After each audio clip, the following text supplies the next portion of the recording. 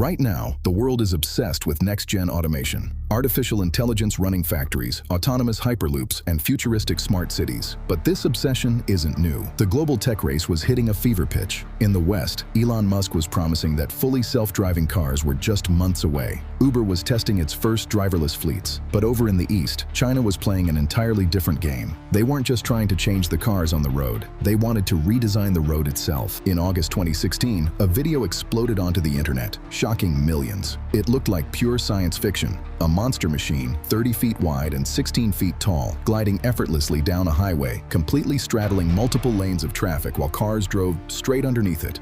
It was called the TEB-1, the Transit Elevated Bus. The media went absolutely wild. Time magazine named it one of the top inventions of the world. It promised to solve urban congestion forever, carrying 1,200 passengers at a fraction of the cost of a subway system. But less than a year later, the tracks were violently ripped out of the ground. The genius inventors were being dragged away by police in handcuffs, and over 40,000 everyday investors realized they had just been duped by a colossal $1.3 billion illusion. How did the world's most viral tech marvel become one of the most audacious engineering scams in history? To understand how this happened, we have to meet the mastermind, a man named Song Yuzhou.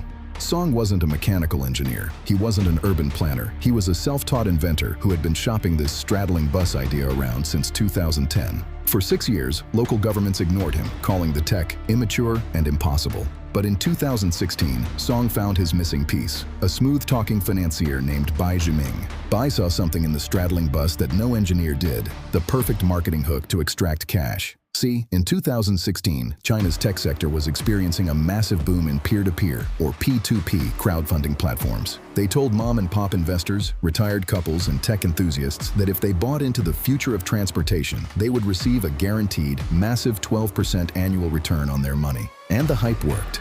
Driven by viral social media posts and national pride to build the next global mega-project, Huaying Kailai managed to raise a mind-boggling 9.1 billion yuan. That is roughly $1.3 billion US dollars. With over $1 billion in the bank, the company promised that the future was arriving immediately. They built a massive prototype in just a few months. It was a steel giant powered entirely by electricity, riding on custom rails embedded into the asphalt. On August 2, 2016, the TEB-1 made its grand debut in the coastal city of Qinhuangdao. The state-run media published triumphant headlines. This is not a simulation. The flying bus has really hit the road. But behind the slick camera angles, the entire event was a carefully staged theater production.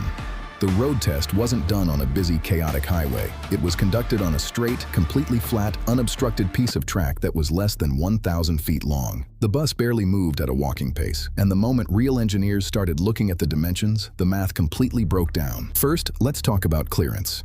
The tunnel beneath the TEB-1 only allowed cars less than 7 feet tall to pass under it.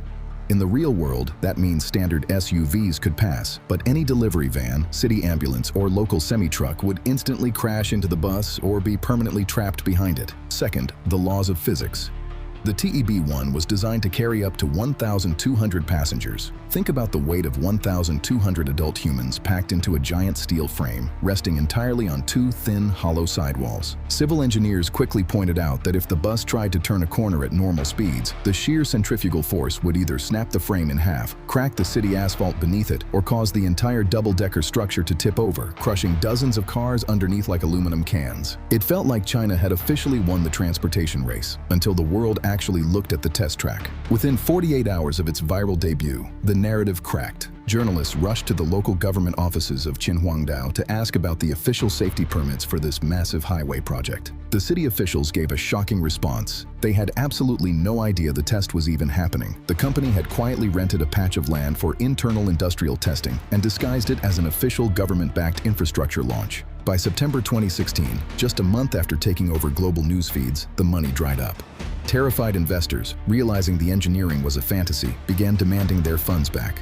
The design firm hired to build the prototype publicly announced they hadn't even been paid. The illusion was over. The hype machine ground to a dead stop. What followed was a deeply bizarre, surreal chapter.